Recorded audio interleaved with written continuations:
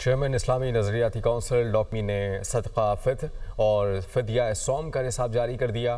رواں سال صدقہ فطر اور فدیہ صوم کم از کم 300 روپے فی کس ادا کرنا ہوگا۔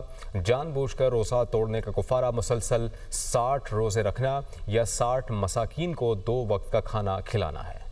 چیئرمین اسلامی نظریاتی کونسل راغب نعیمی نے صدقہ فطر اور فدیہ صوم کا نصاب جاری کر دیا۔ رواں سال صدقہ فطر اور فدیہ صوم کم از کم 300 روپے فی کس ادا ہوگا، جو کے حساب سے 1100 اور کھجور کے حساب سے 1600 روپے صدقہ فطر اور فدیہ صوم ادا کرنا ہوگا۔ جان بوجھ کر روزہ توڑنے کا کفارہ مسلسل 60 روزے رکھنا یا 60 مساکین کو 2 وقت کا کھانا کھلانا ہے۔ کشمش کے حساب سے 3800 روپے، منقع کے حساب سے 5400 روپے صدقہ فطر اور فدیہ صوم ادا کی جائے۔ سرکاری آٹے کے حساب سے 200 روپے صدقہ فطر اور فدیہ صوم ادا ہوگا۔ گندم کے حساب سے 30 روزوں کا فدیہ 9000 روپے ہے، جو کے حساب سے 30 روزوں کا فدیہ 33000 روپے ادا کیا جائے۔ کھجور کے حساب سے 30 روزوں کا فدیہ 48000 روپے بنتا ہے۔ کشمش کے حساب سے 30 روزوں کا فدیہ 1,14,000 روپے ادا کیا جائے۔ سرکاری آٹے کے حساب سے 30 روزوں کا فدیہ 6000 روپے ادا ہوگا۔ چیئرمین اسلامی نظریاتی کونسل ڈاکٹر راغب حسین نعیمی کا کہنا ہے کہ صدقہ فطر ہر مرد، عورت، چھوٹے اور بڑے مسلمان پر فرض ہے۔ صاحب استطاعت افراد کو گندم پر انحصار کرنے کے بجائے اپنی مالی حیثیت کے مطابق صدقہ فطر ادا کرنا چاہیے۔ فدیہ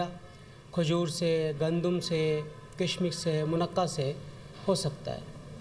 کم سے کم فدیہ کی مقدار 300 روپیہ ایک یوم کے حساب سے ہے کہ 300 روپیہ وہ ایک یوم کے حساب سے اپنے روزے کا فدیہ ادا کرے، اور اس طرح زیادہ دولت والا، زیادہ مالدار ہے تو وہ اپنی اس فدیہ کی رقم کو بڑھا کے کھجور کے برابر یا منقع کے برابر یا وہ کشمش کے برابر دے۔ علماء کرام کا مزید کہنا ہے کہ گندم کا نصاب وزن کے لحاظ سے 2 کلو اور جو کھجور اور منقع کے حساب سے نصاب احتیاطاً 4 کلو گرام بنتا ہے، جسے مد نظر رکھا جائے۔